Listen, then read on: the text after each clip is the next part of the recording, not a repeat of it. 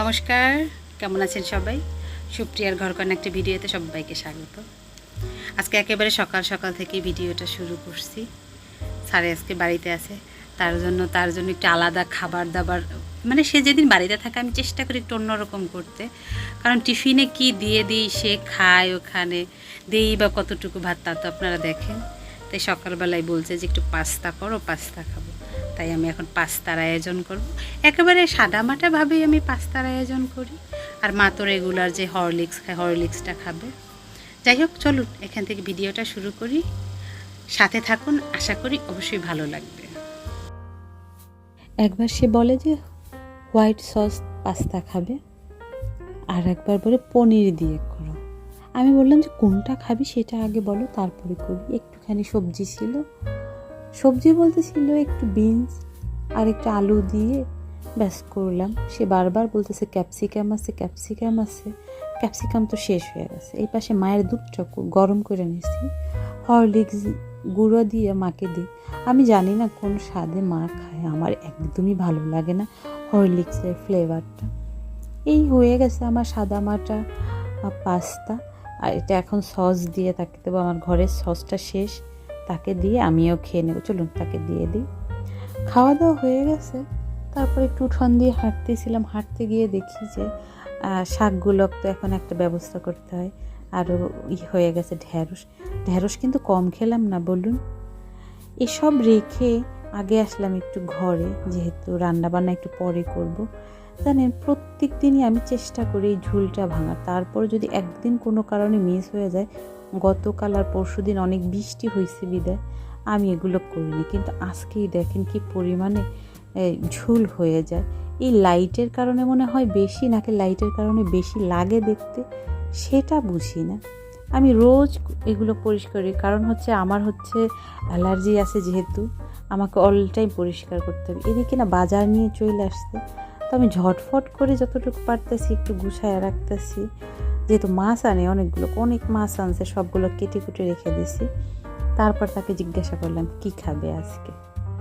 তার শুক্রবার ভালোই লাগে, কারণ অনেক রকমের রান্না হয়, আর সে যেহেতু খেতে পছন্দ করে, আমিও চেষ্টা করি একটু একটু করে সব কিছু রান্না করতে।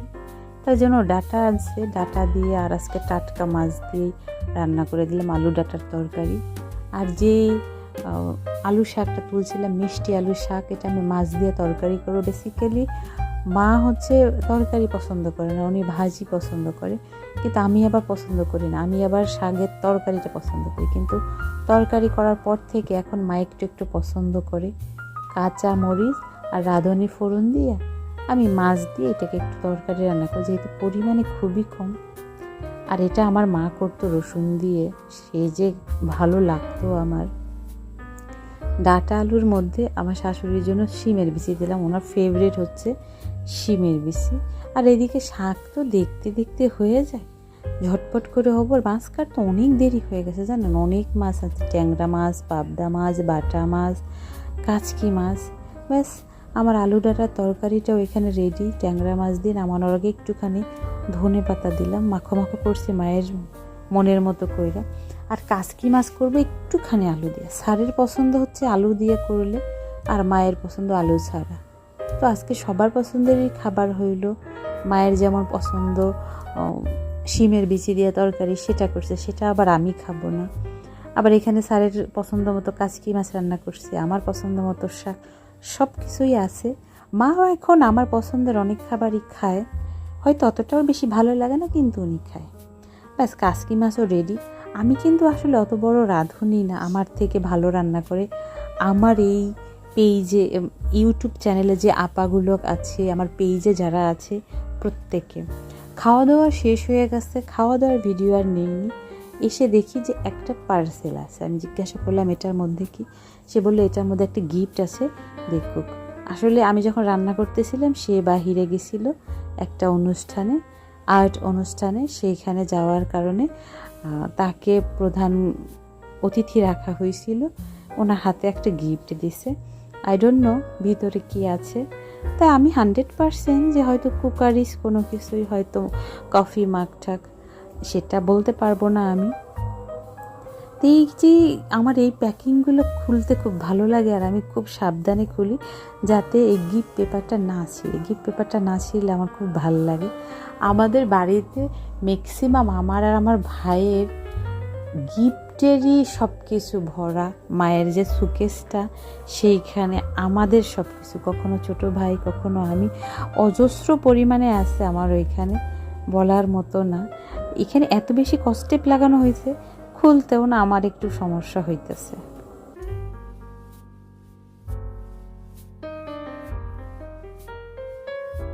বাবা অবশেষে যুদ্ধের পরে আমি এটা খুলতে পারলাম।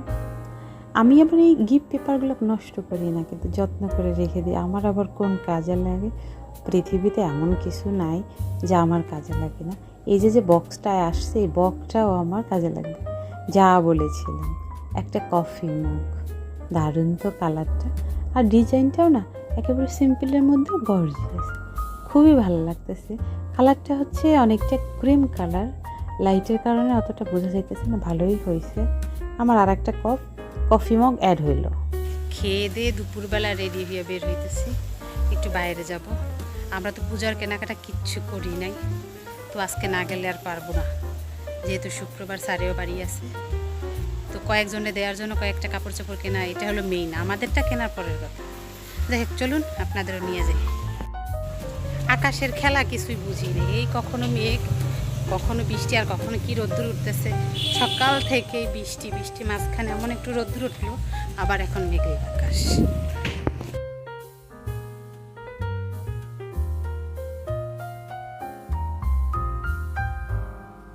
এটা থেকে বড় হচ্ছে, অনেকগুলো কাজ নিয়ে বের হয়েছি।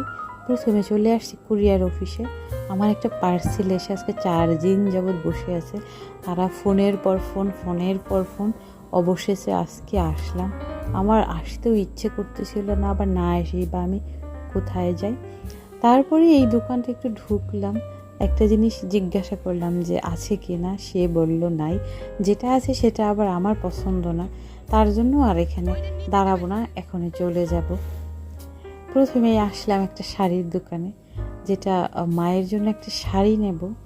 এত শাড়ি, আমার কোনো শাড়ি পছন্দ হইতেছে না। আর এখানে যা দেখতেছি মায়ের জন্য, সেগুলো দেখা গেছে আবার মার পছন্দ হবে না। জরি দেওয়া কোনো কাপড়ই আমার একদমই ভালো লাগে না। তারপর ওকে জিজ্ঞাসা করলাম যে দাদা নতুন কি আসছে? তার একটাই কথা, সবই নতুন। আচ্ছা, সবই যদি নতুন হয় তাহলে এই শাড়িগুলো তো আমি আগেও দেখেছি। আমার কাছে আর ভালো লাগতেছে না কেন কে জানে। যে মানুষটা যেটা কিনে নিয়েছে, অনেকেই তো এখানে আছে, সবাইকে ক্যামেরার মধ্যে আনাটা ঠিক না, তারাও প্রস্তুত থাকে না। তো যেগুলো তারা নিচ্ছে সেগুলো দেখে আমার ভালো লাগতেছে, কিন্তু আমার জন্য যে আমি একটা চয়েস করবো সেটা আর ভালো লাগতেছে না।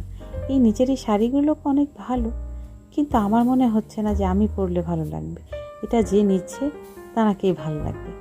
রং বেরঙের কত শাড়ি, দেখতে কত ভালো লাগতেছে, এটাও ভালো লাগতেছে। এটা একটা হ্যান্ডলুম শাড়ি, হাতের কাজ করা, দেখতে অনেক ভালো লাগতেছে। আমাকে মানাবে না। এই কালারটাও সুন্দর লাগতেছে, কিন্তু এরকম কম্বিনেশনে আমার একটা শাড়ি আছে, সো এর কাছের দিয়েও আমি নেই। কিন্তু জাম কালারটা অনেক সুন্দর লাগতেছিল, শুধু জাম কালার হলে এটা একটু ভালো লাগতো। এরপরেই স্যারে বলল যে আমার একটু এটিএমে ঢুকতে হবে।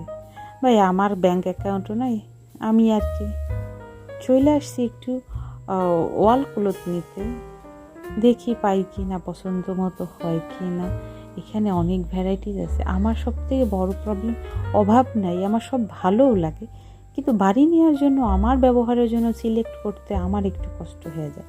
আমার অল্প একটু লাগবে, পরে নেব আমি অনেক বেশি করে আমার একটা রুমের জন্য, সেটা পরে নেব। কিন্তু এখন আমার অল্প পরিমাণে লাগবে। কিন্তু এখানে আসার পরে এত বেশি দাম চাচ্ছিল উনি, বুঝতেছিলাম না। রাতারাতি সব কিছু দাম এত বেড়ে গেছে, আমার মনে হয় এই দেশে আর থাকা হবে না। কারণ আমি যে দামে কিনতে অভ্যস্ত, তার থেকে একটু বেশি হলে না কোনো ব্যাপার না, কিন্তু অতিরিক্ত হয়ে গেলে আমার আর ভালো লাগে না। ওনাদের সাথে আমি বেশ বার্গেনিং করতেছিলাম, কিন্তু ওনারাও বলতেছে, ওনারা অনেক যুক্তি তর্ক দেখালো, এটা কাপড় না যে আপনি দামাদামি করতে পারেন। আমি বললাম রে ভাই, কাপড় না সেটাও আমি জানি, তারপরে একটা লেজ্জ ব্যাপার আছে, অস্বাভাবিক হইলে কিন্তু ভালো লাগে না।